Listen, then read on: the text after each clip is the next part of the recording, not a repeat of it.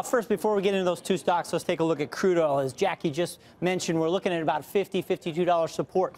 I would draw your attention down into about 45, and here's where we get it. Here's a little trick for you at-home technical gamers. If you want to do a trend line, okay, on the top of a bunch of touch points, but you just can't seem to draw one on the bottom to find support, borrow from the top side, slide it down, and that's how you form your parallel channel. So right about the $45 mark, trend must hold. Plus, you've got a 200-week moving average here. So I would just shade 52 to 45 must hold in crude. If it holds and the overall market stabilizes, also I'd add that dollar is starting to turn lower. That bond move, I think, also lends itself to stronger crude. These stocks could go.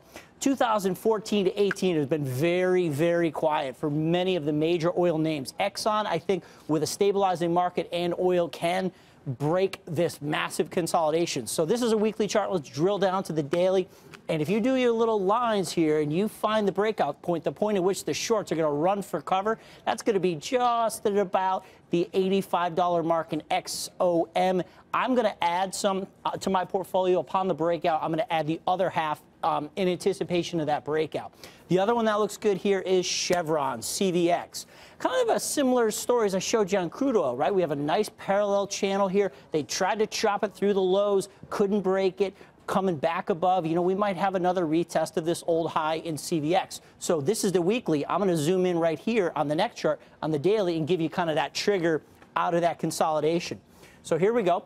Just draw the lines, find the point at which the ceiling will come in. People are going to be leaning against that. Shorts start to cover. Breakout happens. I think that happens at about 125. Again, I'm going to buy a piece ahead of it, add on the break. And I think that's two names that could break that kind of four-year consolidation we've seen in the energy names. If oil goes lower, Todd, can you invest in these names still? Do the charts look just as good? Great question. I'm going to take a loss on the 2%, just a half position that I'm going to invest, add to my portfolio. If the overall market does not stabilize, I will get out of these because these have been underperformers for the last couple of years. So if the overall market continues lower, you want to get out of the underperformers. So, yeah.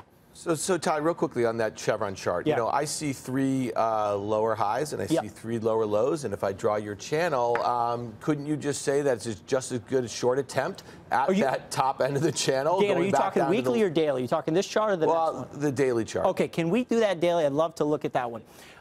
For me, I see that the sellers can only go down to about the 107, 108 area here. Where these guys right here, okay, we're getting more and more and more consolidated. There's a lot of built-up energy here. So usually what happens is the trend of prior that was in place prior will resume. So, yeah, you definitely can say we can go higher or lower from here. But I'd say from a technical point of view, there's going to be a lot of algos that will track this on the buy side and let price kind of show you, lead you into the trade. So, yeah, we could go lower, but if we do go higher, we're prepared and we can add on that move.